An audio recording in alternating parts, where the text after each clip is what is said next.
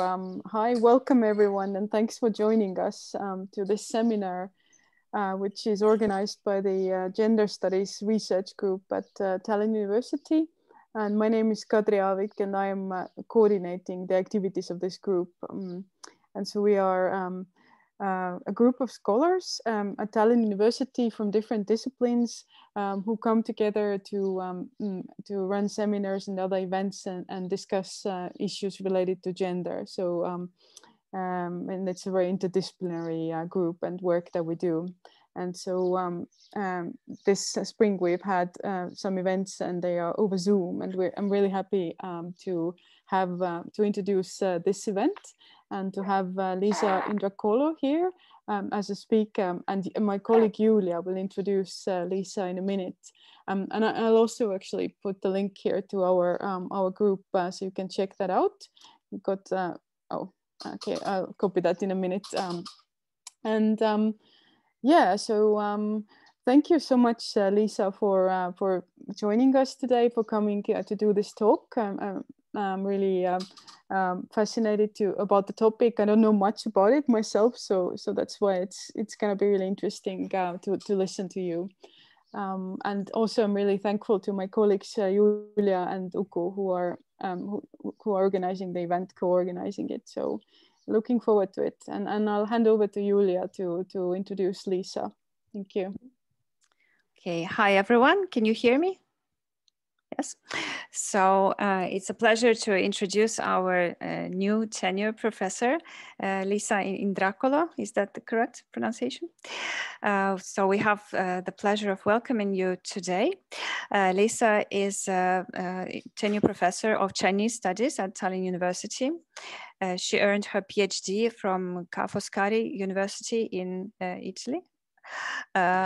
With a thesis on early Chinese sophistic texts. And then she gained several years of experience, of international experience, for example, at the University of Zurich, researching Chinese philosophical texts. So Lisa's research is interdisciplinary, working on the edges of philosophy. She also collaborated on several international projects, also based in Zurich. And in her research, she focuses on philosophy and philology to provide a bridge between these disciplines, also focuses on the classical Chinese thought, literature, culture of pre-imperial and early imperial China, so earlier periods. And it is very interesting for us today in Europe to hear how gender and the fates of women were in the earlier periods. So I'm really excited to learn new things, just as Kadri, as a gender scholar from Europe. I do not know much about what Lisa is about to introduce. So I'm giving the floor to you then, and preparing to learn lots of new things. Thank you. Thank you very much, Kadri and Julia, for having me today. It has been a very nice to meet you, for the moment only online, but hopefully in person also soon. I'm happy to be here today. I do have a lot of slides, but I promise I won't read all of them. I've kept some that might be useful also for the Q&A. And I'll try to make it as accessible as possible, because of course I understand that the background is not known to many, but what I would like to do today especially is to raise some questions about this text, especially its problematic nature, what use has been done of this text, and if the original intention of this text are really representative of the role that it actually has had, or how it has been received throughout the ages. And I will try to read some passages, so maybe that will also be interesting later on for the discussion. And to share my slides, because I don't see them. I only see, oh, okay, I found it, right. So I will start sharing my slides right now. 1 second, slideshow. All right. Okay, can you see the slides? Okay, good, excellent. So let me start so that we can get through the discussion as well. So, Ban Zhao and the Precepts for Women. I will focus in mostly on this text by Ban Zhao, which is infamous for having exerted an extremely negative influence on women's lives very much until the 21st century in contemporary China. I want to problematize this idea a bit. So first of all, we will look at the figure of Ban Zhao. First of all, a little bit of the relationship between Confucius, as he's reported in the sources, and women. And we will see that Confucius doesn't actually care that much apparently in the beginning. So the focus is very much on Confucianism, how it has developed, and how Confucianism in this text has then been fundamental in developing certain ideas and ideals of female behavior and female virtues. So I will start with this quote from Confucius because the idea is that Confucius hated women. And from what we can see from the most famous text that is associated with the figure of Confucius, which is the Analects or Dialogues, which is a collection of mostly dialogues that Confucius entertains either with his disciples or with local rulers of different pre-modern kingdoms. Actually, women are almost not featured in this collection of dialogues, so it doesn't seem that it's a primary concern of Confucian discourse at this moment, neither negative nor positive, but then there is this very controversial saying that is attributed to Confucius. The master said, of all people, girls and servants are the most difficult to behave to. If you're familiar with them, they lose their humility. If you maintain a reserve towards them, they are discontented. This is not negatively saying that women are inferior. They're just saying that they are difficult, they're difficult to handle. All right, so of course, this is not a very positive remark, but it's not necessarily saying that they are in any way inferior to men or less intelligent or less worthy to deal with. They're just difficult. That's what we know mostly from what is put in the mouth of Confucius. So it is very important, especially when we deal with this text, with Ban Zhao's Precepts for Women, which is supposed to be imbued with Confucian values, to distinguish from what apparently was from the sources that we have, the Confucian original message or teaching, versus what has been done to Confucianism when it has become the basically main ideological thought promoted by the imperial government, and of course early imperial and early forms of Confucianism and its later imperial development.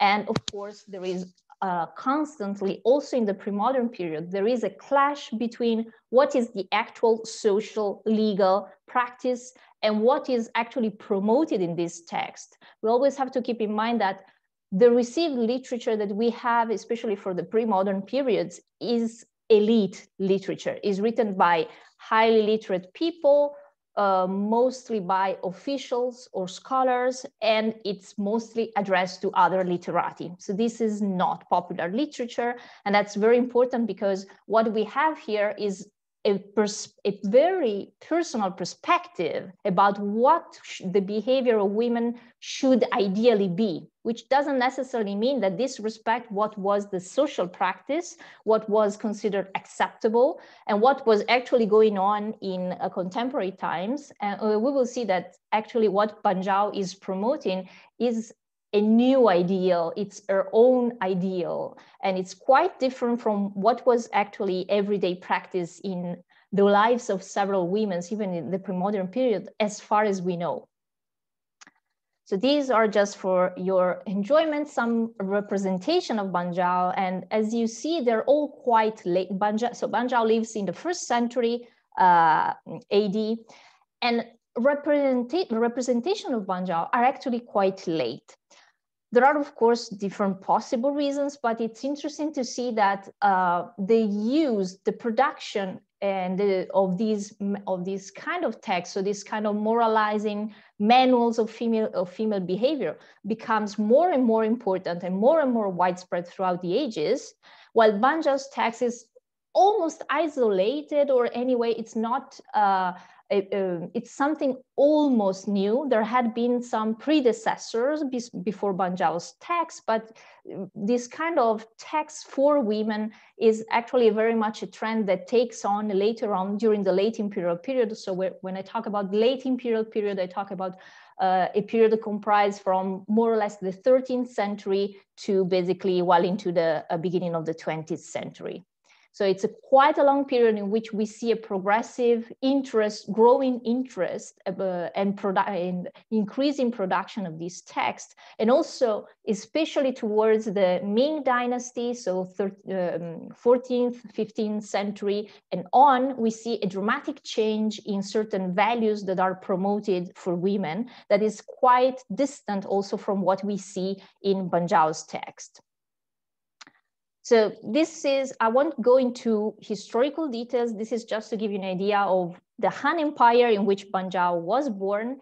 In particular, the Han Dynasty period is divided into Western Han, Eastern Han. And I will just show you to give you an idea. This is the Western Han period, which is basically the second dynasty that we have after the one by the first emperor. That's the one of the Terracotta Army that you for sure are more familiar with. But what is interesting is that the Eastern Han period sees a huge development of the empire, also with the conquest of territories to the west. And it is the actual period when we really see a more systematized, organized forms of government, including those, for instance, that pertain to the recruitment of the officials through the imperial examination system. There is a process of reorganization of the imperial library going on. There is a huge process of normalization of the literature that is supposed to be used to form also scholars officials. And this is also the period in which really Confucianism is embraced as an official ideology to support all the structures and the internal organization of the empire. And this is very much the period in which Ban Zhao is living. And it's important to see how she is also contributing to a discourse about what we define as virtuous behavior for women, but the whole situation is a situation of a kind of definition of roles within society, a kind of a choice of certain ways of thinking, of a certain ideology over others that imposes itself. So up to this point, it's very much flexible and moving. And in this point, she's also contributed to basically setting standards. And in a minute, when I will be talking about some other texts that are closely related to Ban Zhao's text, we will see that her influence has really been fundamental to basically to develop the whole genre of manuals of feminine behavior throughout history. So she for sure was thinking of making a point by composing this text, but the impact that this text has had through the ages has been massive. So a few basic information about Ban Zhao, which however helps you to somehow picture her and single her out from what was a relatively largely male-dominated society. She's a female scholar, and what is interesting is she's not just literate or even cultured. She is also she has a formation that also includes the kind of subject that you would teach only to men. For instance, she actually plays a very active role at court. She's a historian, a mathematician. She's an astronomer, and a pretty experienced one. And she also is invited at court to act as tutor and preceptors for the concubines, but especially for the future emperors and empresses. So she is very well respected. She's respected as much as a man. And she really is, what is interesting is that often you see her described as being some sort of exceptional at all in the whole landscape of Chinese culture and society, but actually we do have other women who reached almost basically the same kind of status within the court, that actually were invited at court, and we will see that in a minute. So she is one of a kind, but we also have some other virtuous example of women that were praised, but this is still not the norm.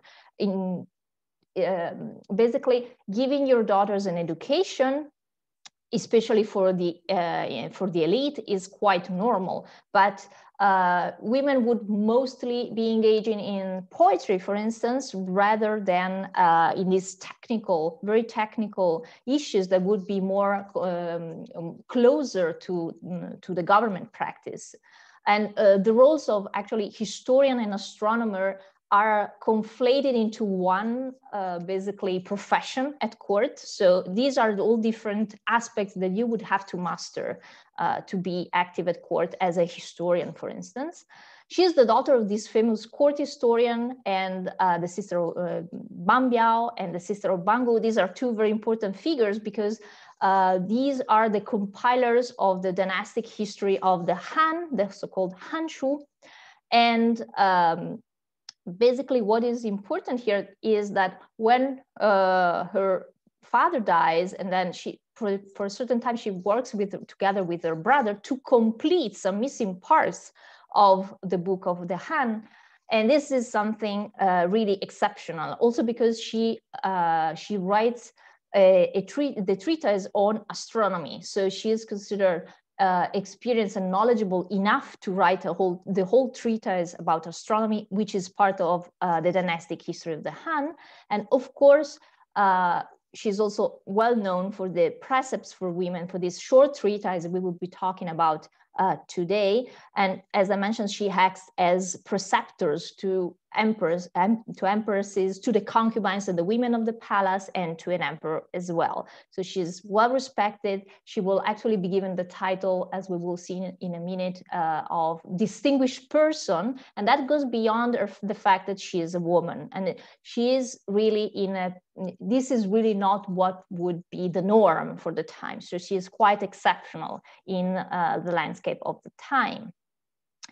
So this is her official biography, which is preserved in the dynastic history, the following dynastic history. And this gives you some information. We gain more information about her also from the preface to the Precepts for Women, which I do have in translation, but since it's quite long, I thought we maybe can look at it if we have time, but I will just move on for the moment. So her older brother, Bangu, composed the Book of Han, but he died before finishing the 8 tables and the treatise on heavenly patterns, so on astronomy. Emperor He issued an edict ordering Ban Zhao to move to the pavilion of the treasure books of the Eastern Observatory to carry on this enterprise and bring it to completion. And what is important here, she finally also is given the title of Grand Master. And this, of course, is not a title that would be necessarily given to women. There was a very complex hierarchy even within the palace, because you would have women taking care of different areas of the running the internal chambers, so the gynaeceum, or the female part of the court. But this is really not necessarily a title that is related to her as being a woman. So a few information about the Precepts for Women. Was composed around 106. It is basically the first received extant example of manual of feminine behavior. We now have a manuscript that precedes it, but this is the first received example. And what is important is it is the one that has set a standard for all following manuals of feminine behavior. So Ban Zhao, with her text, really starts a whole new literary genre. It is what is also new, if we want, is the fact that it is written by women addressing women. We do have other examples of stories of virtuous women that were supposed to be inspiring, but written by men. for women. This instead is really just written by a woman addressing women. There are 4 cardinal principles or virtuous behaviors being promoted by the text. We will talk about that later. So the book is actually not so long. It is a short treatise in 7 chapters, and it has this programmatic preface, which was authored by Zhao herself, which also has a sort of captatio benevolentia kind of approach. And really, she basically states that her goal is to help women get prepared to their married life, to learn about what the correct behavior is to thrive in their married life. And later on, this text will be included in a canon of 4 books for women, which I will talk in a second. And of course, as we mentioned, this is the text. Just because it has been such a milestone in the literature, it is the text that has been accused of basically having this extremely negative influence on the situation of women throughout the ages. We will see whether this was really the intention or how much of this has been a deliberate use that has been done of the text, especially during the late imperial period. So this is one of the chapters that is mostly considered under negative way and under negative light, because it basically would be stating reinforcing the inferiority of women. So on the 3rd day after the birth of a girl, the ancients let her sleep on the ground below the bed, let her play with a tile, and after fasting, they announced her birth to the ancestors at the ancestral temple. To let her sleep on the ground below the bed is to make it clear that she is the lowly and the weak, and that she should place herself beneath others. And it's pretty much the idea that the text is stating that women are inferior. To let her play with a tile is to indicate unmistakably that she should be accustomed to labor and be diligent in her work. Fasting and announcing her birth to the ancestors is to convey unambiguously that she is responsible for preparing ritual offerings and continuing ancestral religious rites. So these are the 3 responsibilities of a woman, basically always being yielding, giving way to others, women's work, so actually contributing to the economy of the family, and ensuring the continuity of the ancestral rites. We will see that the text, under many aspects, is very conservative, is promoting constantly this idea that women should always be submissive, should always be just deliberately deciding to let others be in the spotlight. But at the same time, it promotes especially two very progressive ideas.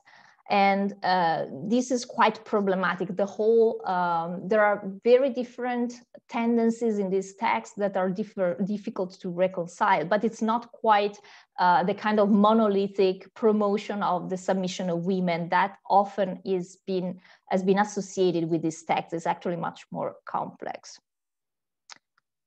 Okay. These are the titles of the different chapters. That gives you an idea, a little bit of this stress about respect and compliance, humbleness, wholehearted or complete devotion. So this idea that a woman should always be respectful towards others, caring for others. We do have a whole chapter that we will be talking about husband and wife that is very central, of course. And then we have the last two are actually devoted to the relationship with the parents-in-law and the brothers and sisters-in-law. So basically, very concrete advice on how to navigate married life and establish positive, harmonious relationship within the new family. So as I mentioned, the Banjao's text basically opens up a whole new literary genre. There are several other texts being produced. Most of them also cite Banjao as openly cite Banjao as an inspiration. Some of them have them featured as one of the people talking in the text, for instance. And we do have in particular a set of 4 canonical texts for women that are, of course, selected, and they are basically canonized as a sort of 4 books of that are supposed to inform ideal behavior for women. And this is done in the Qing dynasty, so in the Ming dynasty, sorry.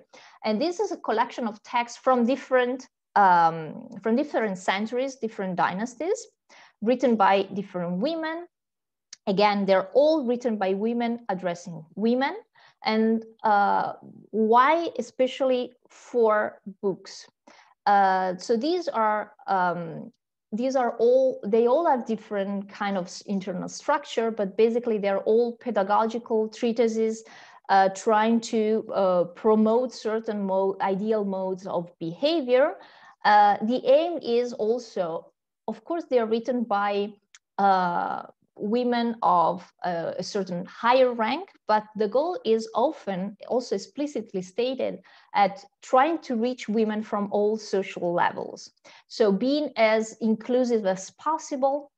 And this is also achieved by using certain rhetorical strategies that are aimed at enabling memorization, helping memorization.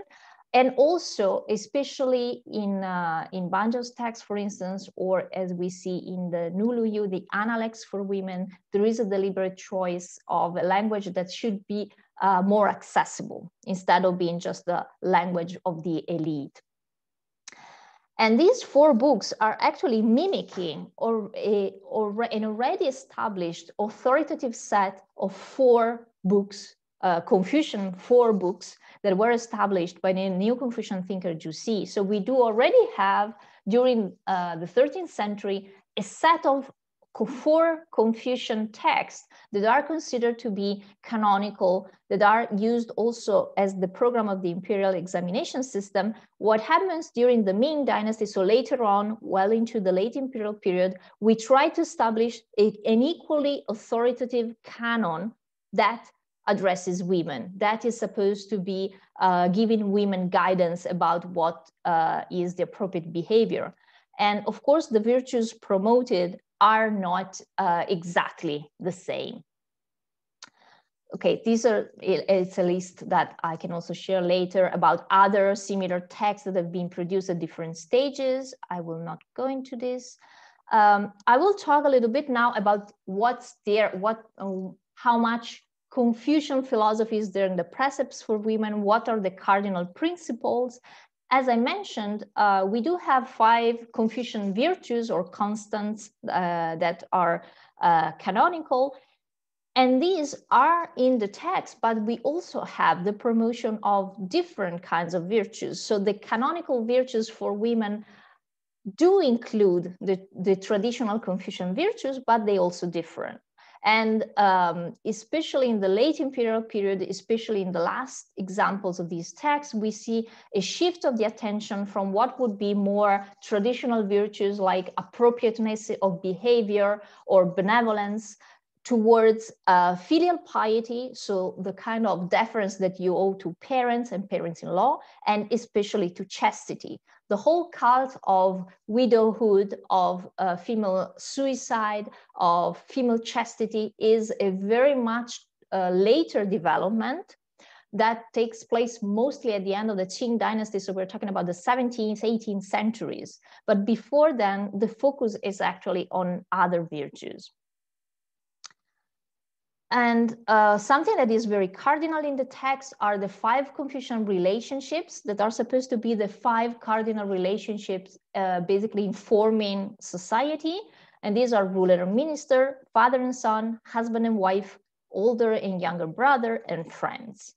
Of course, the most important one in the life of a woman is the one between husband and wife. What is important about these Confucian relationships is they're whole hierarchical. So there's always a person that is in charge or in power, and the other one owes this other person deference and respect, apart from the one among friends, which is supposed to be egalitarian.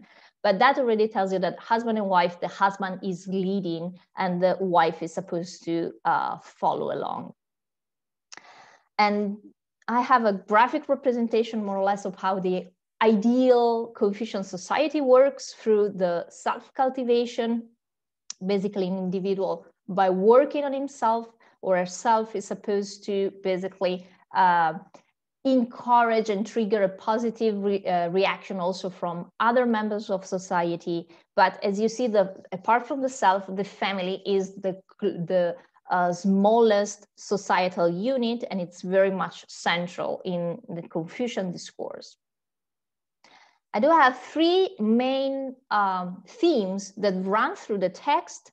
Two in particular are explicitly addressed. The third one, the inner and outer dimensions of life, are addressed in part in a more indirect way, but we see them becoming more and more important in later periods. For instance, in the following Analects for Women, which is also included in the 4 books for women.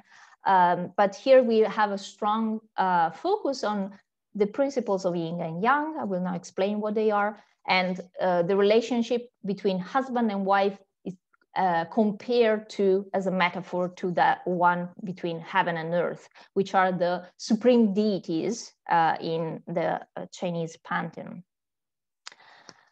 So in chapter number 2, which is the one entitled Husband and Wife, so it's unmistakably dedicated to this relationship, this cardinal relationship. So the principle at the basis of the relationship between husband and wife participates in the alternance of yin and yang and reaches out to the spiritual realm of gods and spirits. It manifests the supreme regulating principle of heaven and earth, and the fundamental prescription regulating cardinal human relationships. This is very complex, and we now move on to understand a little bit what does this mean.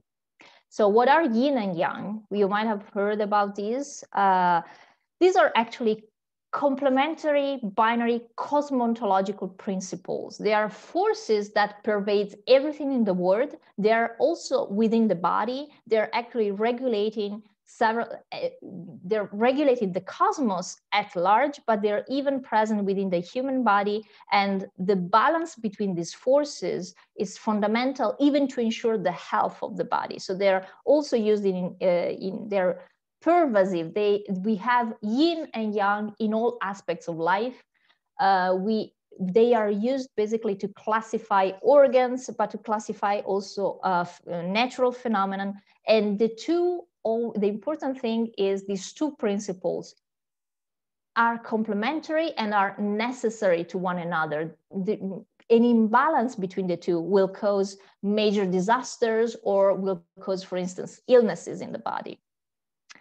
So yin is it's often considered or translated as being the female principle, and the idea that is associated with weakness. Of course, this reinforces this negative idea of the conceptualization of these cosmical forces. But actually, that's a kind of reductive interpretation, because yin literally means the dark side of a hill, so the side in the shade of a hill. It is the feminine principle. It is associated with female or woman, with darkness, with what is moist, cold, soft, yielding, or receptive. I do prefer yielding or receptive to weak, because this is literally very, it is already very much, it is already deliberately conveying the idea that this is necessarily in a subjected position to yang. And this is not the case, because these two principles, as we will see about when talking about heaven and earth, are equal. They're equally important. And also we will see a graphic representation of how these are necessary to one each other and how they necessarily have to partake of one another and be acting together to ensure that balance is preserved in the world, in the body, in the environment. So yang instead is the counterpart of yin, of course. It's the sunward or sunny side of a hill. It's the masculine principle. It is associated with male or man, with light, with what is dry, hot, hard, rigid, and proactive, which is not necessarily, again, it is associated with something strong or with strength, but it has more to do with a material that is malleable or not. rather than with the idea of being weak in the sense of not being able to stand up for yourself, for instance. So as yin and yang are of different nature, so men and women have different characteristics. So the text is not claiming that women are necessarily inferior, they're just different. They have different roles as well as a consequence of having different characteristics. The quality of yang is rigidity, the function of yin is flexibility. A man is appreciated for his strength, a woman is lauded for his submissiveness.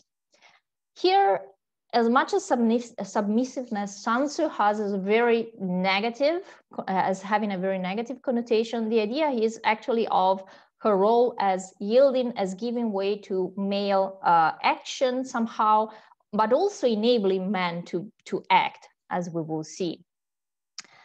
So this is basically a representation of these two principles. You always see it as static, but it's actually a process of the two that compenetrates each other, and there's always a part of the other that is also very much alive in the opposite principles. And they're supposed to be perfectly balanced to ensure that everything is harmonious. And we have seen also this discourse of heaven and earth, and man and woman are also associated with heaven and earth. And basically these deities, these spiritual beings are supposed to be in a sort of triadic relationship with human beings as well, but they're basically the two cardinal spiritual essences in the Chinese conceptualization of the time. And always moving forward with this metaphor of men being associated with heaven and women being associated with earth, we actually have a kind of rather not so progressive statement made by Zhao. This is actually interesting to look at, because in chapter 4, dedicated of the wholehearted devotion that you're supposed to tribute to your husband, she actually promotes a very conservative idea about remarriage.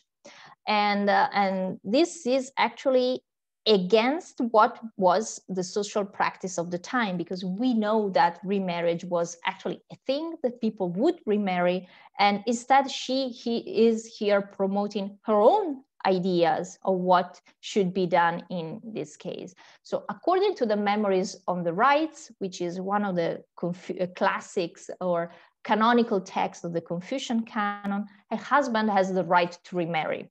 However, no consuetudinary principle permits a wife to have a second match. And this is absolutely not true.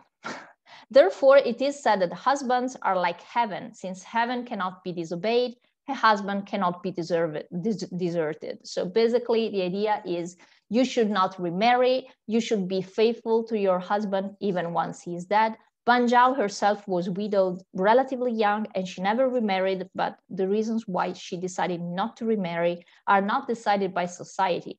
Actually, there are different competing attitudes towards remarriage, but it was actually not forbidden at all.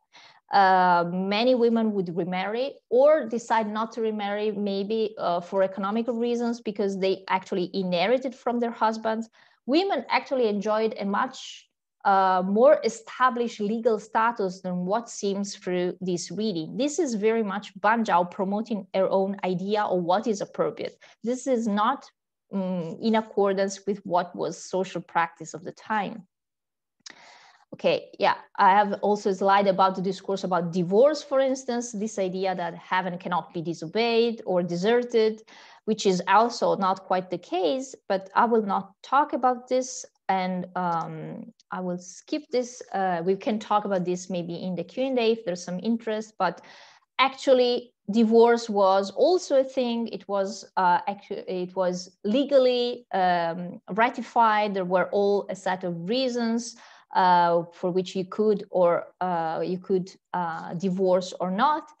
And even in this case, there are some discrepancies between legal practice and what is actually reported in text about rites and rituals, or about what were the social practices of the time.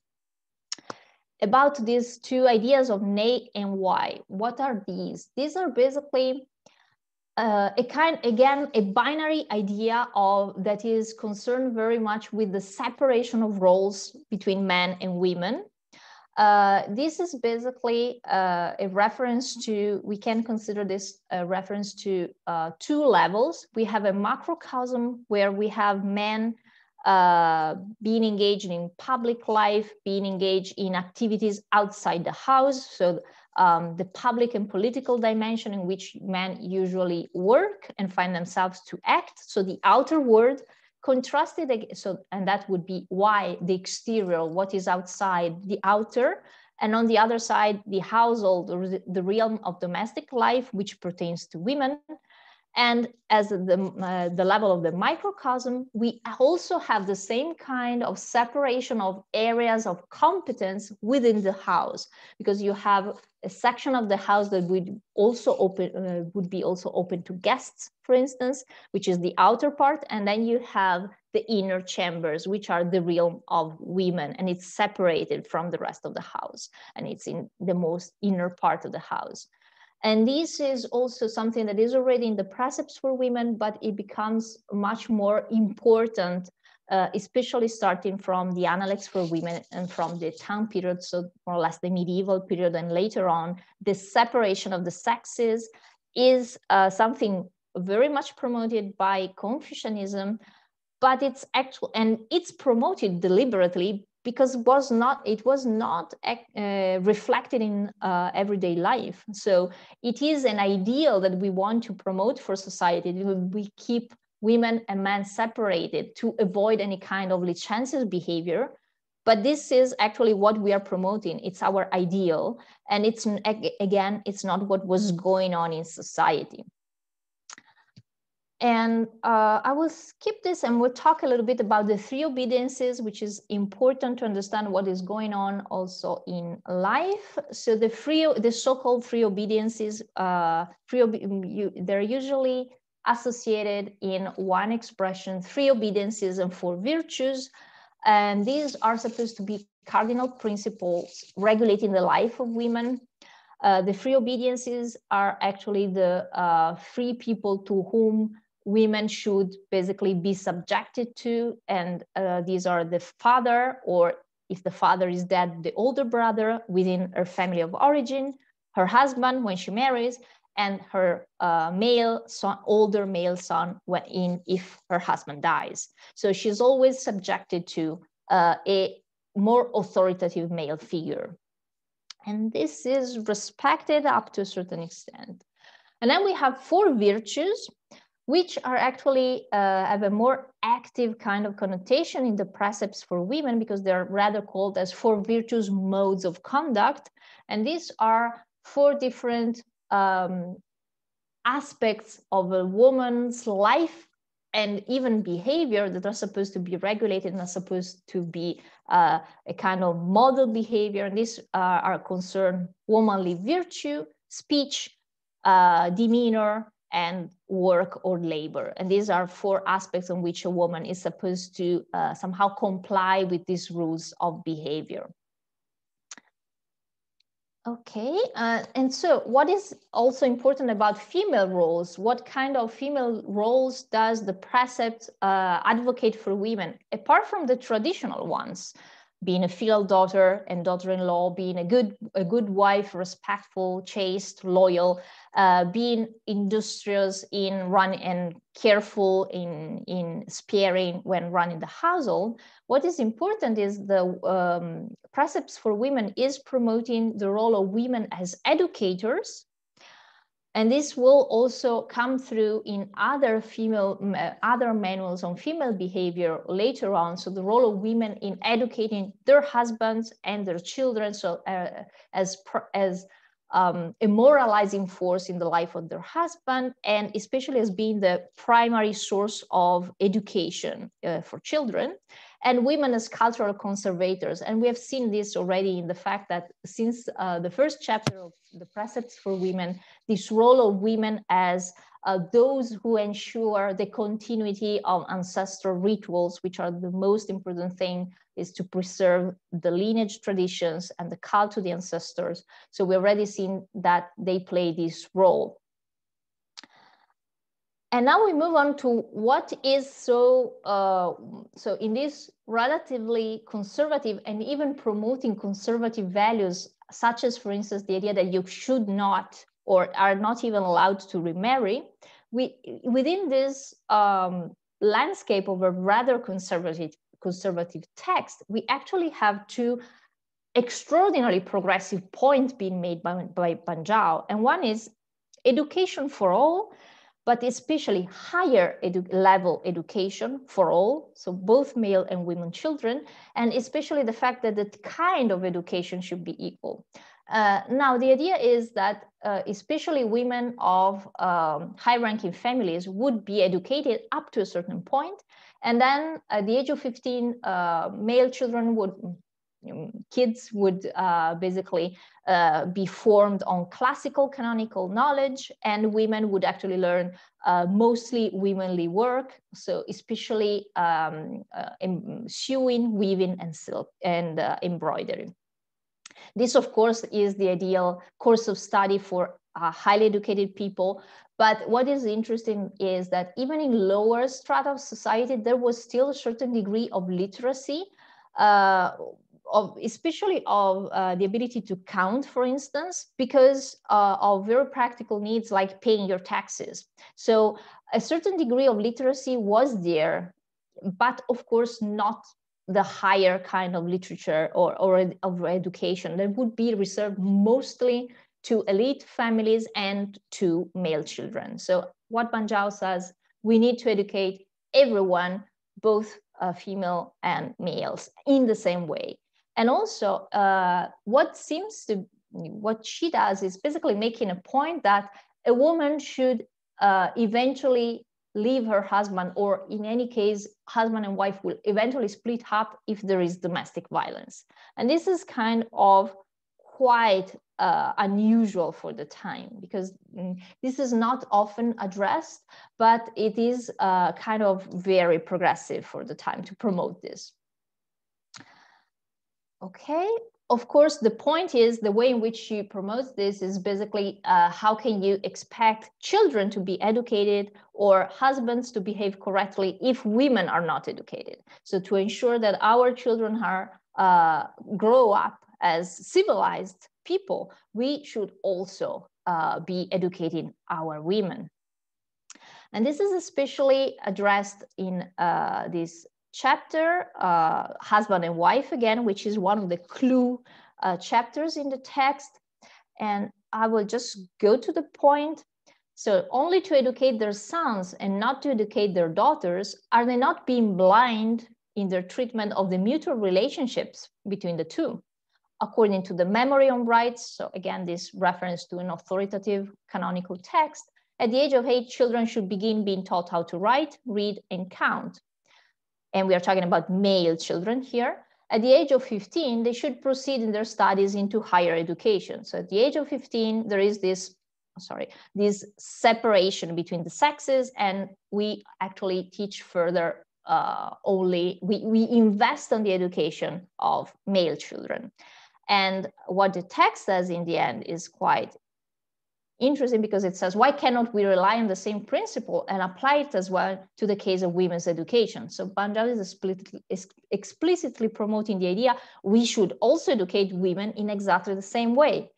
And this is quite exceptional. And it is also being criticized and very much opposed also by contemporary scholars. So this is not something that it would go down well at the time.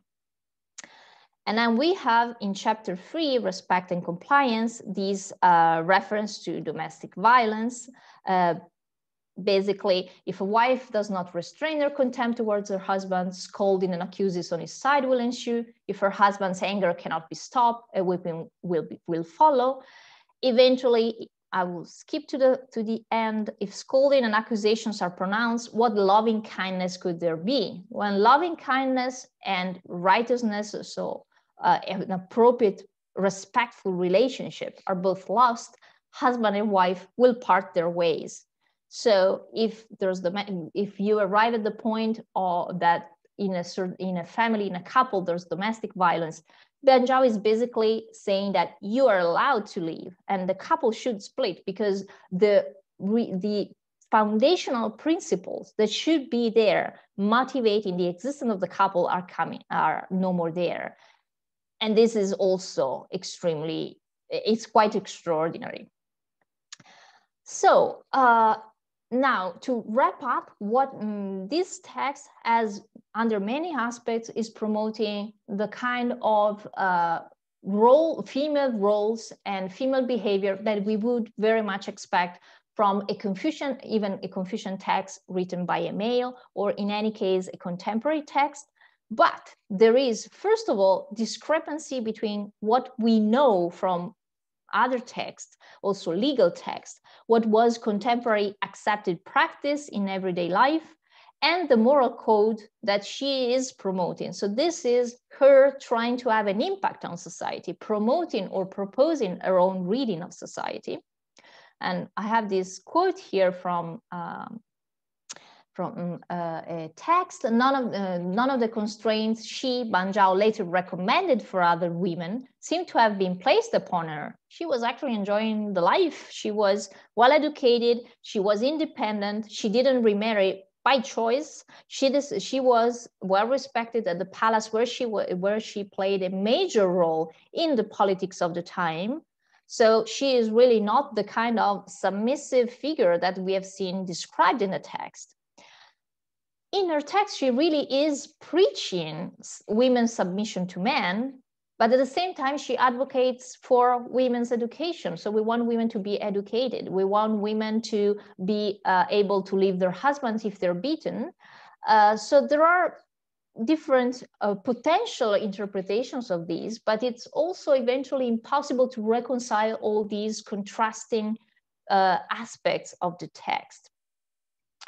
And here are some points of controversy on which we can discuss also later on. So it is indeed an anti-feminist or an anti-women text, as it has often been defined. Is really Ban Zhao completely persuaded of certain extremely conservative, traditional, or what has become traditional ideas about women? Or is she deliberately casting the whole text in this conservative tone so as she can, in between the lines, try to push forward these very progressive ideas that we have seen? Also, is it a realistic portrait of contemporary customs? Not really, and under many aspects, we know it's not, or it is rather a prescriptive text, expression of Ban Zhao's radical views. This is actually quite the case in several instances. Is it indeed representative of desirable female conduct? Yes and no, but what was also Ban Zhao's real goal, apparently, maybe underneath? It is meant to provide a survival manual to a newly married woman in the spouse's household, which we know was an extremely hostile environment. So we do have, especially in those chapters that pertain the relationship with the in-laws, very concrete practical advice on how to strategically gain the support of your brothers and sisters-in-law so that you can build up a kind of fan base that would basically talk in positive terms of yourself with your father and mother-in-law. So there is a whole kind of very concrete advice on that goes beyond the idea of absolute submissiveness, unless it's useful to keep yourself safe, because of course we are in a society in which being repudiated by your husband is basically the worst disgrace that can happen to you.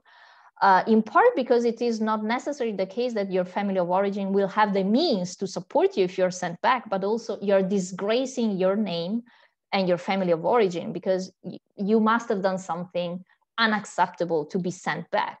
But we know also that basically the father and mother-in-law are those who have the last final word in deciding whether a woman stays or goes. So gaining their approval and hopefully their love or affection in the long term is basically your key, your most important goal when you enter the family, even more important than the love of your husband.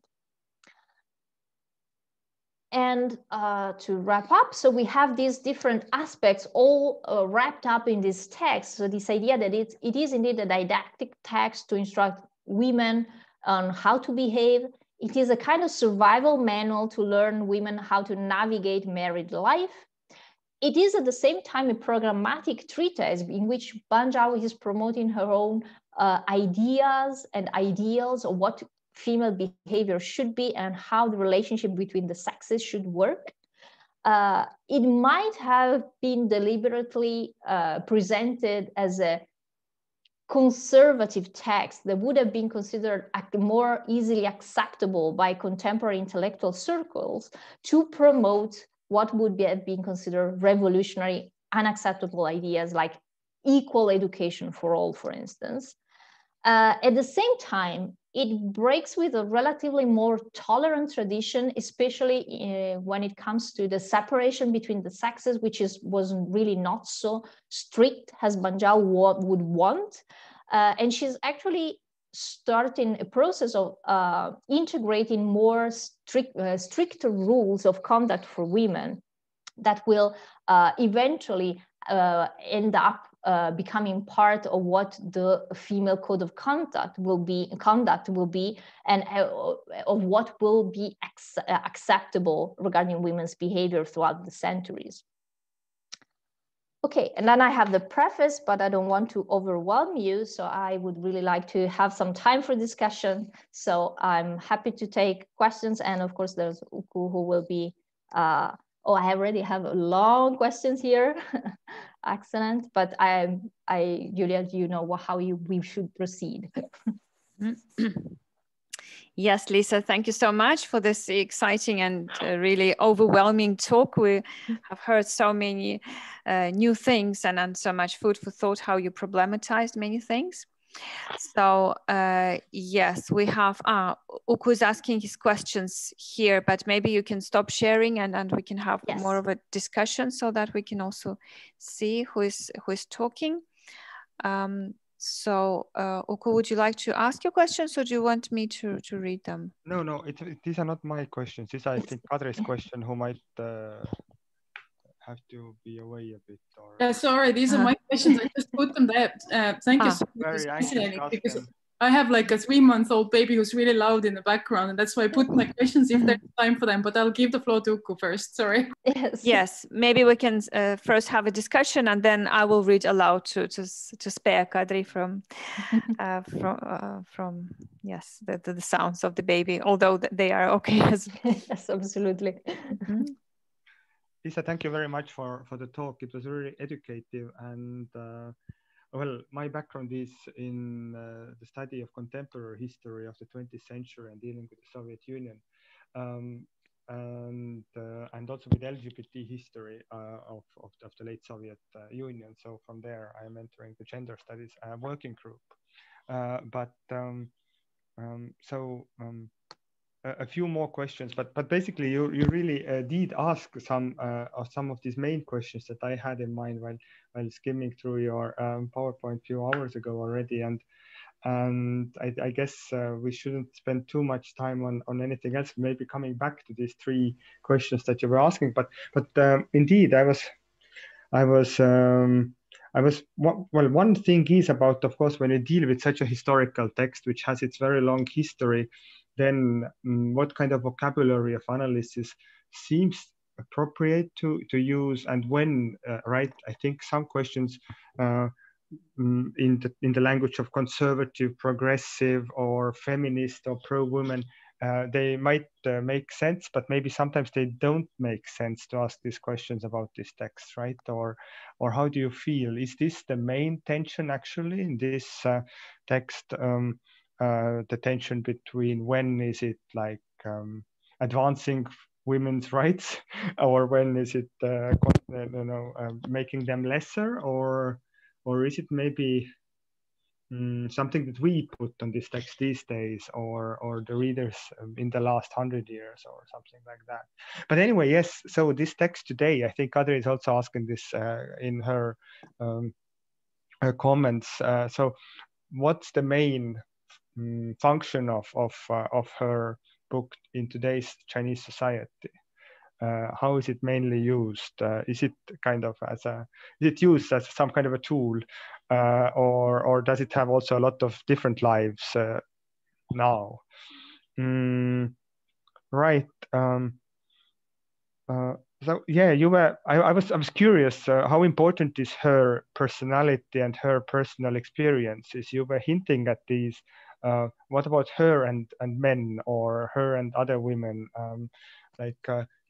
I learned that she widowed quite young and then didn't remarry. Is there something else that might be fascinating for us to know about her own? Was she a mother, or yeah? And then you also a little bit touched upon, and I wonder at all how much we can know indeed about it, but what about this broader female reading public outside of the court, right? The people who probably still couldn't read, right? But the text was meant for them. So, or what were the intermediaries? How did this text, was it meant to reach them somehow through some men who would read it up for them, or what? How would it reach the broader public, or people who could maybe mostly only count, not really read it, right? I don't. Or probably again, 2,000 years ago is different from the late Ming dynasty, right? Or again, different eras. But yeah.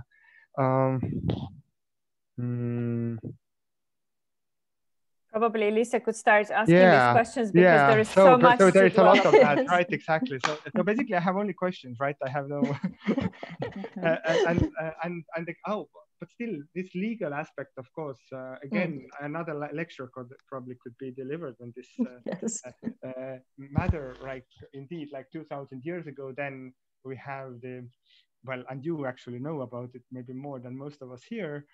We have at the same time in Europe, right? We have the Roman Empire, and again women, and the question of legal rights, or these basic things indeed, that women are suppressed, they have much less rights, but then again, actually many women can be wealthy and owners, and actually can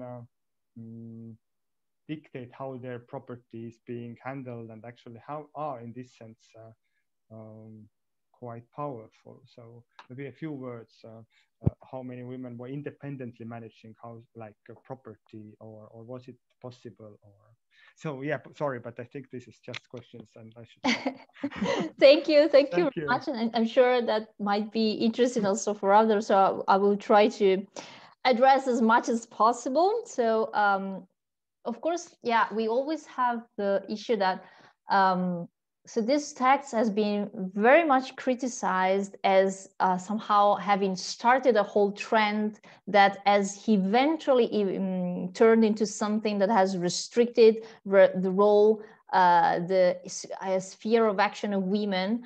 But of course, that's why I try to problematize different aspects of the text, because sometimes it's taken as a whole monolithic block, like we should just throw it away as it is and forget about it.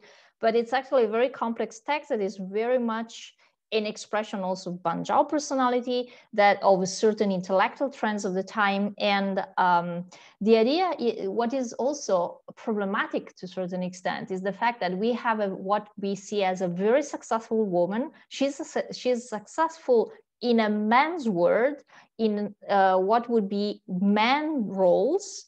And why is she promoting submissiveness? Why is she telling women you should just marry, stay in your role, and basically serve your husband? was she really, what was it really what she thought she would want for her own daughters, for instance? And that reconnects also to another question about her.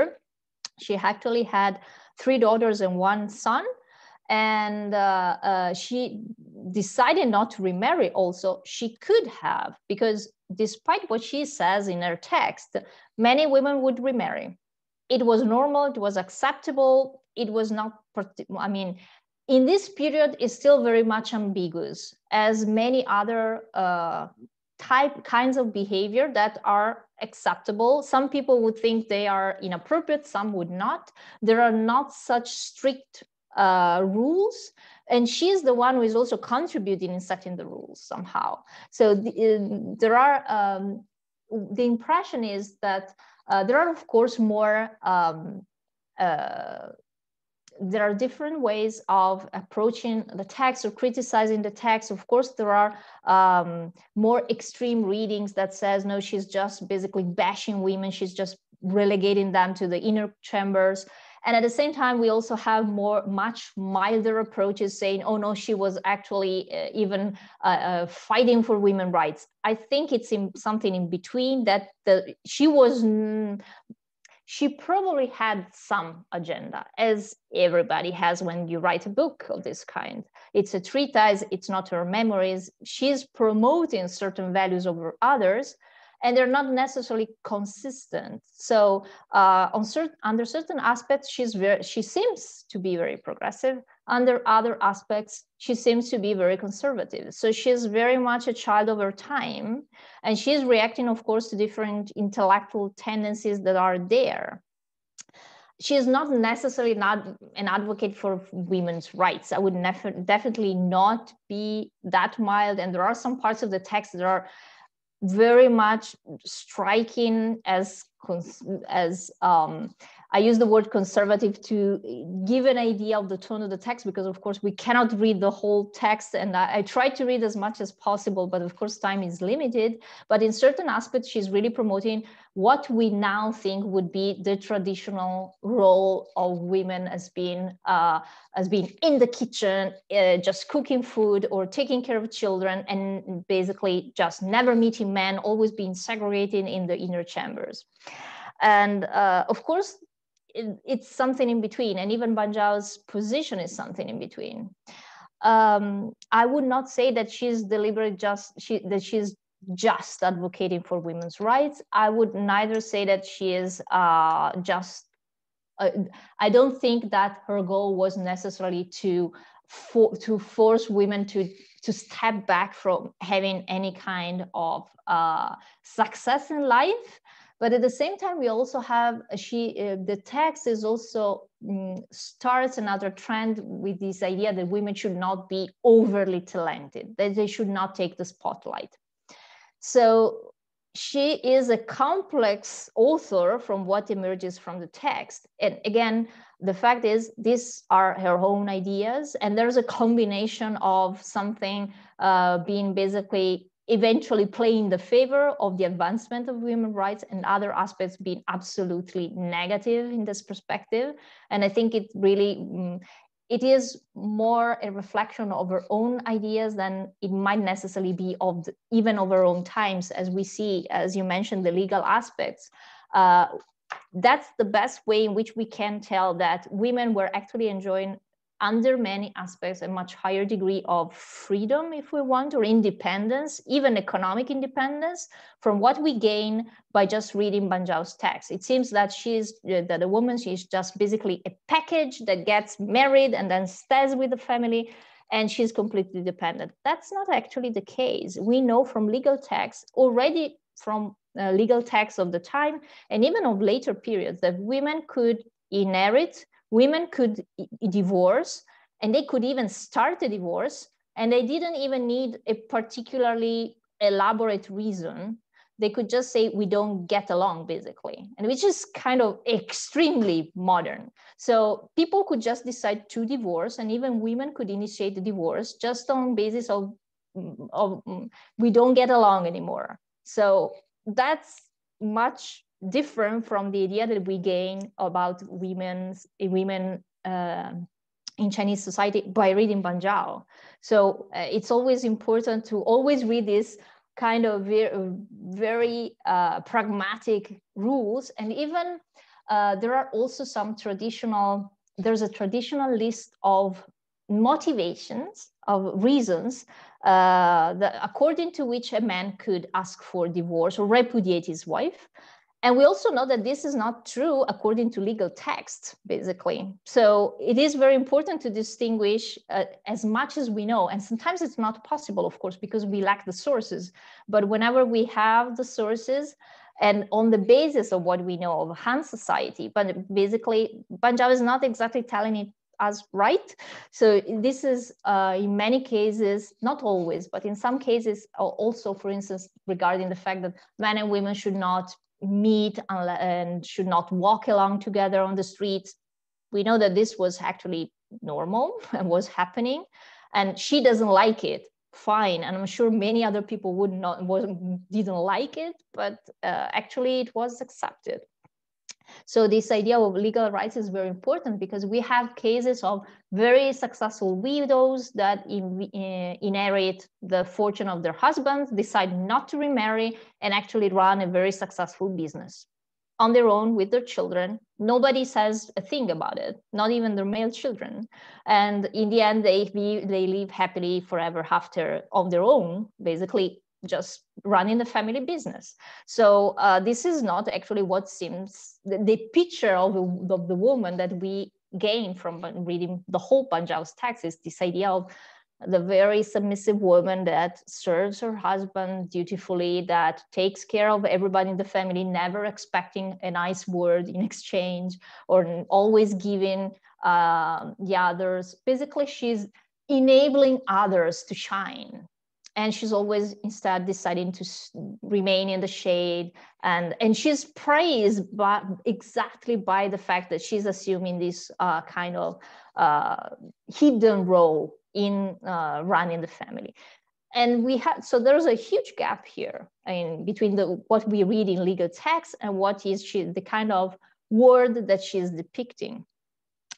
Another thing about, and what we couldn't really explore, but it's interesting, is what is the role of Banzhao's text, or how has Banzhao's text then influenced society? So it is so famous, it has been such a milestone in the history of Chinese literature and society that we always refer to it. But actually, many ideals about appropriate virtuous female behavior, and even the kind of virtues that are associated with this behavior, are often a development of later basically of later ideas that have been developed during the Qing dynasty, especially, so from the 17th, 18th, 19th centuries, rather than earlier ideals, especially these filial piety or chastity that I mentioned. These are really something, the whole cult of female chastity is a huge topic during the Qing dynasty. You can find many publications on these. And this is something that is touched upon, but it's not so central in Banzhao's discourse. And so her text is still playing an influence, but sometimes it has been instrumentalized even by later dynasties.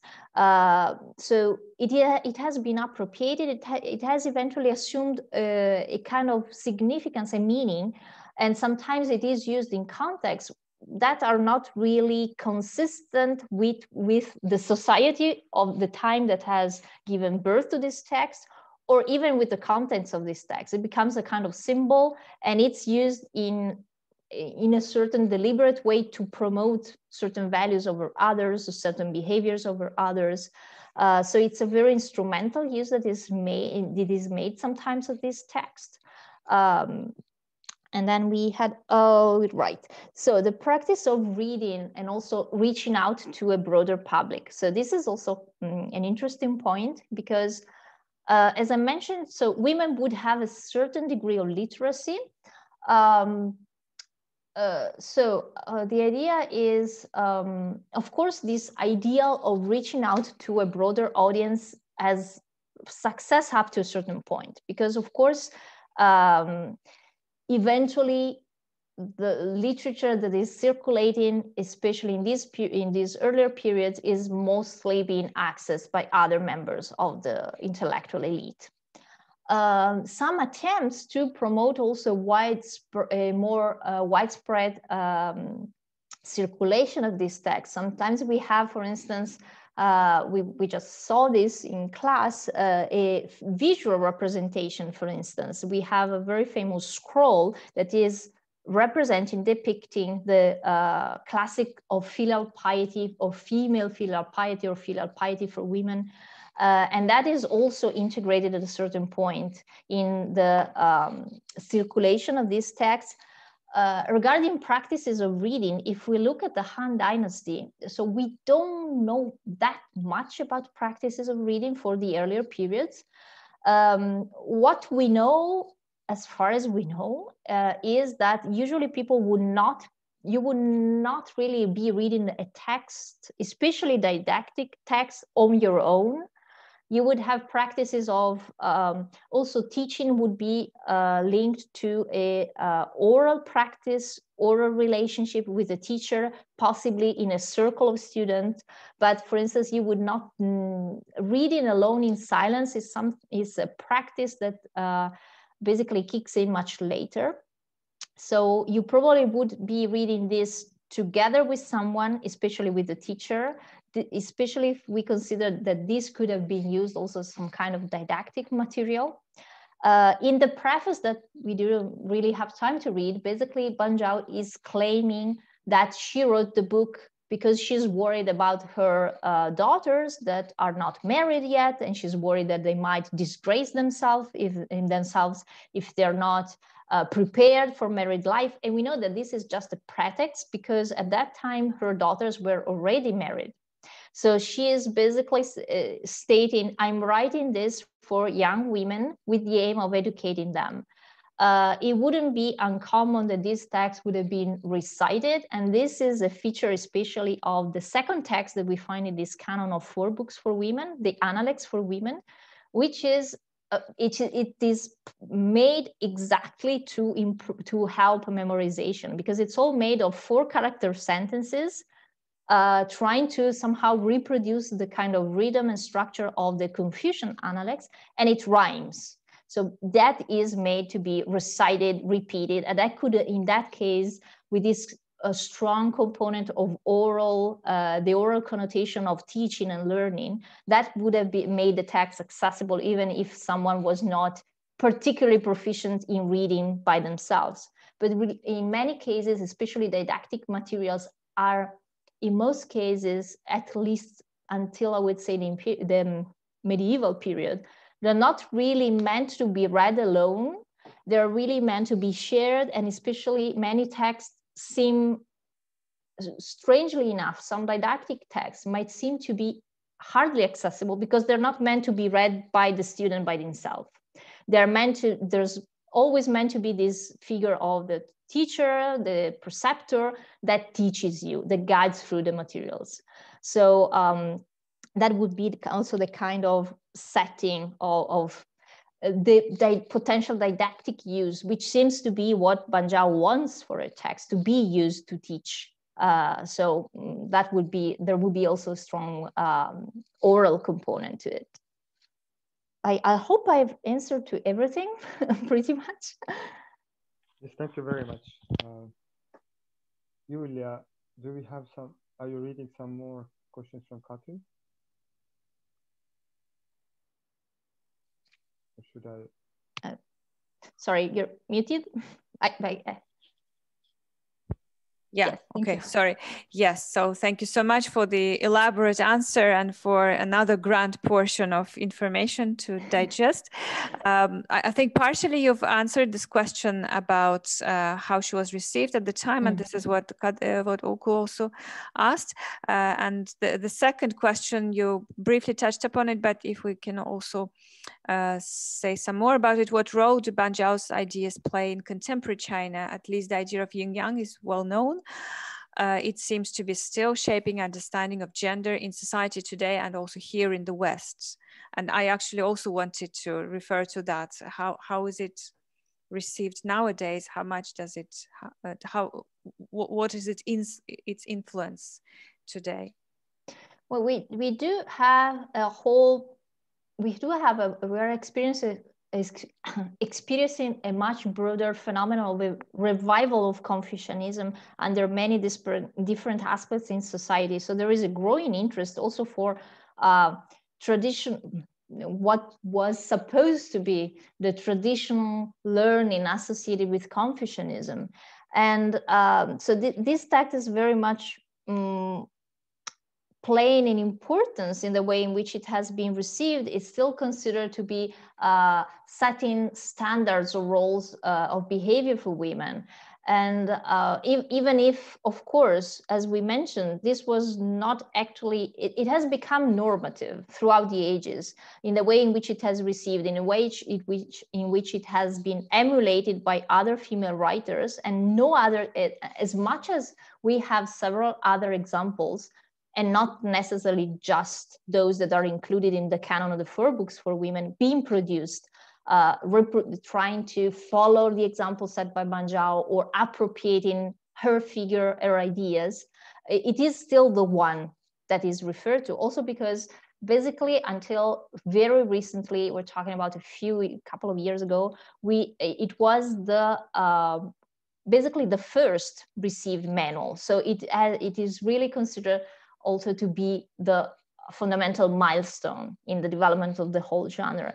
It is also a relatively short text. It is accessible in the language that it makes, that it uses, also in respect to other later texts also included in, for instance, in the 4 books, because for instance, we have another text that has been written for palace women. So it's quite elaborate. Instead, Ban Zhao's text is really a short text, is immediately accessible, is catchy, is something that you could read in an afternoon on your own. And it is part of this re-promotion of Confucian ideals for everyday society. And this is very much a trend in China right now. In contrast to, of course, to the fight against Confucianism that has been carried out during the communist era, we do have a reevaluation of these values with the hope of basically living in a more humane society. And this is part of a whole trend that there is. But of course, it is also somewhat controversial because under certain aspects, we have seen that during the revolution, many roles that women would have not been able or not been considered suitable to access in society have been basically freed, opened up for them. So under certain aspects, the revolution has really broken many of those constraints that were there in traditional society. One example, even a more kind of typical example, is also the foot binding practice that has been fought in revolutionary times. Of course, that has been many women have been either forced or basically pushed to unbound their feet. Of course, so the basically giving. Going over and basically breaking these traditional roles for women is something that has happened. And now we somehow witness an idea of basically a trend of trying to instead retrieve certain or reevaluate certain aspects of the past and integrating them into contemporary life. as basically a way of, in a search of some kind of meaning that goes beyond just the idea of having a successful life and career. So there is a whole revival of Confucian schools that really teach very small children by memory and by heart, which is not necessarily very efficient way of transmitting certain values. But the idea is to go back to these values somehow, to find new meaning. And there are still certain aspects that are linked to Confucian ideals or Confucian virtues that have literally never been erased, even throughout the time of the revolution. That they were so much rooted in society, in the way in which families are structured, especially. They are so much informed in society that they were really never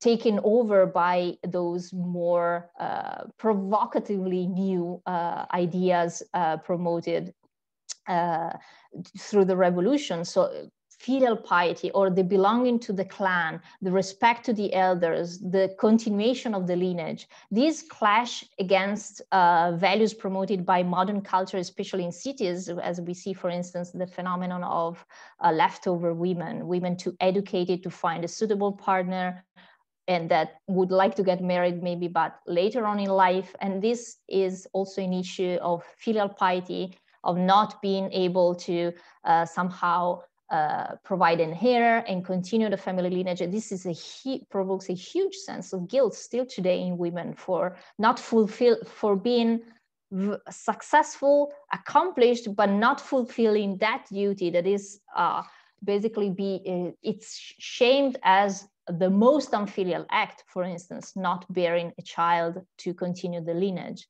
So I would say that Ban Zhao's text somehow wraps up or includes several different aspects of these more deeper way of living Confucianism that is still very much rooted in society. And the text is basically just symptomatic of this, and the interest that the text still attracts is basically reflected by this renewed interest also in Confucianism. But basically certain aspects have been temporarily suspended maybe, but they're still very much alive, and they were never really erased by the communist revolution. So thank you so much. We have a question in the chat, but probably I can ask my question first because it relates to what you've just spoken about. It also relates to our time. And actually struck me that you said that domestic violence was so much kind of indicted in Ban Zhao's writings, and that the women had the right to divorce on the pretext that there is domestic violence. So does it have any effect on the state of affairs in present day China? Is it a problem like it is in the West, domestic violence right now?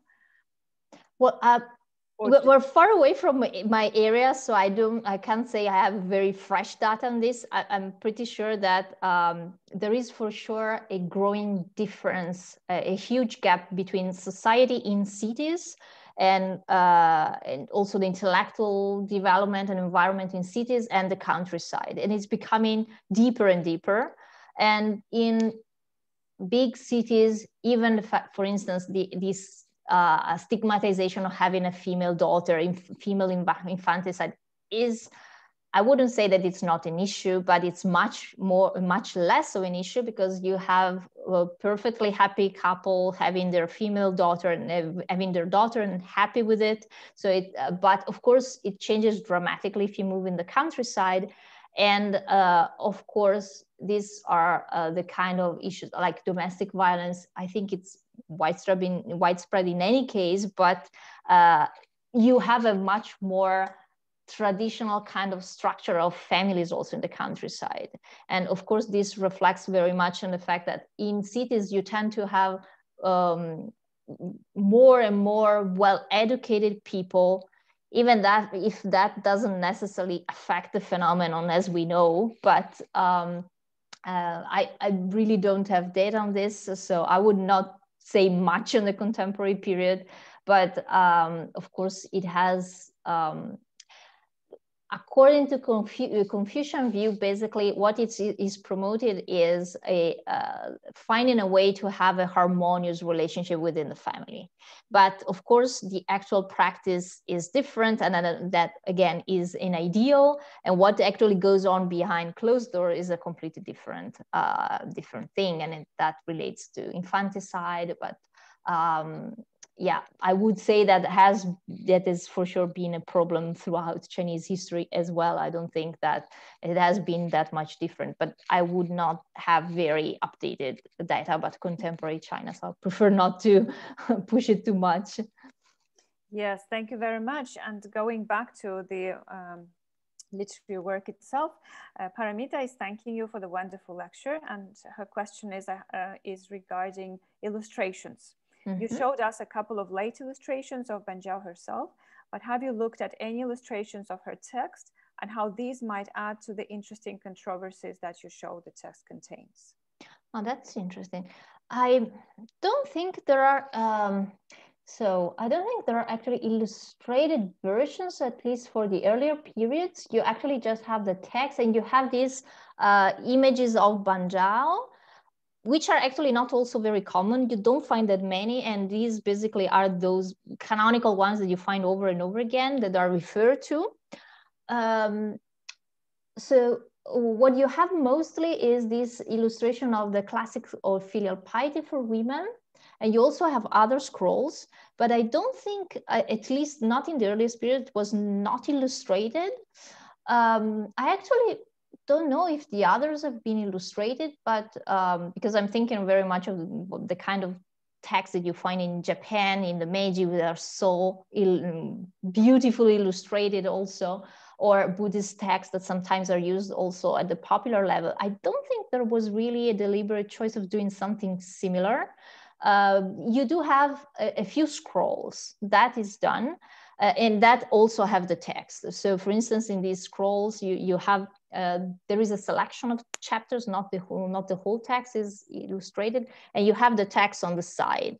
But it's very much, you do have the painting and the text on the side, so that they are not really in dialogue very much. And I don't know if anything has been done in more modern times, because I know that, as you know for sure as well, there is this whole, there is a whole series illustrating, basically turning into comics, early Chinese philosophical literature. I don't know if anything like that has been done. It would be interesting to see, because I don't know if they try to do something like this, because what is interesting is that these manuals, they have been studied, but actually, if you look at the literature, there's really not that much work being done. And we have for a long time, there was basically one translation into English of Zhao's Precepts, which dates back several decades. And now in 2018, we have this new translation, but there's not that much study being carried out, especially also for instance, on the other texts that are included in the 4 books for women. If you look for literature, I really had a hard time finding literature for my student to read, for instance, on the Analects for women, because there was literally one article. So they're considering the huge impact they have had on Chinese society for such a long time, how actual they still are, they're still very much understudied. So, but it would be interesting, because we might think, okay, maybe we don't consider it as a text of cardinal importance, but it actually is in China. So it might be that there is actually an attempt of illustrating it. It would be very interesting, but not that I am aware of. So also in later periods, there, as far as I know, it hasn't been, there's no scroll that is depicting especially the precepts. It might also have to do with the fact that it has been transmitted within the Hanshu and not as an independent manuscript. So basically it is which is also a sign of how authoritative it was considered, because it's part of the dynastic history, and that would not be a text that you some parts of the astronomical treatise. That could have to do with that. So it is in the whole package of the dynastic history, and rather not as an independent text. Instead, the new soouuringute, so the classical filial piety for women, was circulating as an independent text. But it would be nice to see that, interesting to explore if it has been illustrated at any time, maybe even in modern times, contemporary times. Yeah. Thank you. Something to look for. Yeah. Yeah, so there seems to be a lot of research still. And we have a question from Iveta. As you have mentioned the importance of chastity, I wanted to ask if Ban Zhao has ever mentioned female purity as well. I know that in Japanese culture, the process of childbearing was impure, as it symbolized the interstitial condition between life and death. So women had to be kept alone in a separate room after giving birth, for example. Was there anything similar discussed by Ban Zhao? Okay, so there are two different discourses here that needs to be addressed. So one is the discourse about what is impure concern to the body, and what is impure in the sense of being as linked to chastity. So Ban Zhao does mention chastity or purity, but it has a somewhat different connotation of what you find, for instance, in the cult of female chastity of later periods. So at the beginning, you do have some references, especially in Ban Zhao's text and in the Analects for Women, which is a medieval period, so 9th century more or less.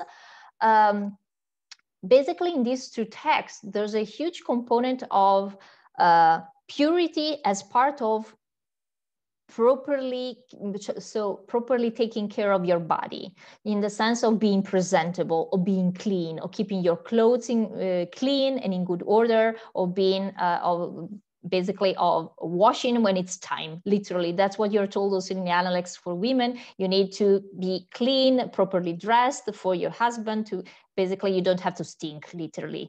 And it is very much clear that cleanliness is also wash yourself. Just very practical. And there is also, of course, the component of chastity in the sense of being loyal.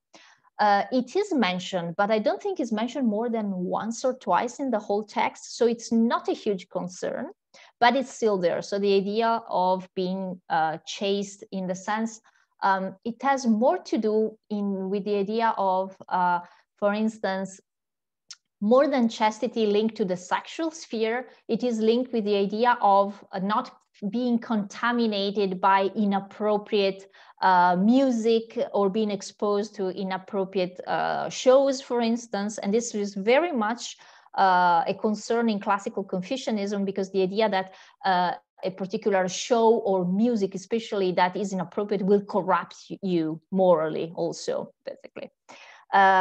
So, and of course, there is this component of chastity, but it's really not much stressed, even if it's still there. It starts to become more a concern in the medieval period, and it becomes more and more important. And until you arrive to this cult of basically female suicide that you find again in the Qing dynasty, so the last dynasty, 18th, 17th century. And there you really have basically the glorification of the chaste woman that when sexually assaulted decides either to kill herself to prevent being violated, for instance, or that mutilates herself not to be forced to remarry. And that is the extreme sacrifice, and it's been really valued, but it's a much later development. So it becomes quite extreme. There are several passages, it becomes more and more central in the discourse, but it is very much more addressed in later periods. Regarding these aspects linked to the body, there is actually nothing there beyond this discourse that in any case is addressed more in the Analects for Women of cleaning yourself or maintaining yourself pure. But there are, for instance, no explicit references to birth, to the process of giving birth or the menstrual cycle. You don't really have these kind of references to that kind of impurity. It's especially in Zhao's text, in not being pure also, apart from this practical aspect of keeping clean, which is, of course, one very, very much rooted in the fact that that also prevents diseases and other things. So it's a very concrete advice. But this is, it has a lot to do with moral purity, in the sense of being respectful or abiding by moral principles. So keeping yourself pure by these corruptive, potentially corrupting tendencies or negative influences that might actually basically tarnish your virtue. But virtue is very much virtue in the sense of your moral stance rather than your sexual sphere. Instead, in later periods, is very much the idea not to be violated, to preserve your virtue in the way that we tend to interpret this in the West. I hope. Thank you very much for your thorough answer. Yeah. Yeah, Hi, thank you so much. We have another question. I could add something about chastity if people are interested. Mariana is asking. So, Lisa, what do you think? Yeah, absolutely. Hi, Mariana, former colleague yes, from hi, Lisa. Hi, nice to see you. Nice to see you. I can just add something from a bit of a different perspective, because I've been studying similar topic, but from the point of view of Taoism. And regarding chastity, this is connected to how Confucianism and partly Taoism worked at the time. So Confucianist works mainly speak about conduct in the society and social relationships between people. So from this point of view, yes, chastity exists, but it would talk about some moral behavior and how you look from the outside. And then there was Taoism, and Taoism was taking care of the intimate things and sexual life and so on. And then there were quite a few handbooks, mostly written by men, as far as we know. And they did discuss chastity, like something that we understand as chastity now, but from a very different perspective and a very practical perspective. Because if you remember the yin and yang concepts, there was a certain sexual practice that the female energy yin can nurture the male energy yang. And from this perspective, the fewer sexual partners a woman has, the more energy she has, and the more energy she can give to her sexual partner. And also the questions of pregnancy, of menstruation, and things like that were discussed quite a bit, but from a point of view of whether it's beneficial for the man, for the husband, or not. And of course, absolutely, you have sexual manuals, of course, that deal with these aspects, and you have, then it is discussed in medicine, of course, but not so much in Confucian discourse, where the concern is very much about virtue, especially in these periods, is very much, it has to do with moral virtue. So virtue is basically, unless we get into, until we get into much later periods, at this point is very much your morality basically being called into question. But it is absolutely true that these other aspects are discussed in a whole different kinds of texts that would have either mostly associated with Taoism, that have to either to do with medical practice, and then it's a whole complete new word. And of course, it's technical, absolutely. Or this kind of manuals, for instance, for this idea of nurturing your chi, for instance, or there's a whole set of practices that go along also with sexual practices that are associated with as different ways of nurturing your nature in Taoist discourse. But this is really not much a concern of Confucianism. And even when we talk about chastity, again, it's a matter of virtue, but not so much. It has again to do with the fact that you are disgraced if you lose your virtue, if you give in to someone that assaults you. So you prefer to basically to kill yourself rather than being contaminated in this way. But the focus is different mostly in this text. Okay, thank you. Are there more comments and questions from the audience?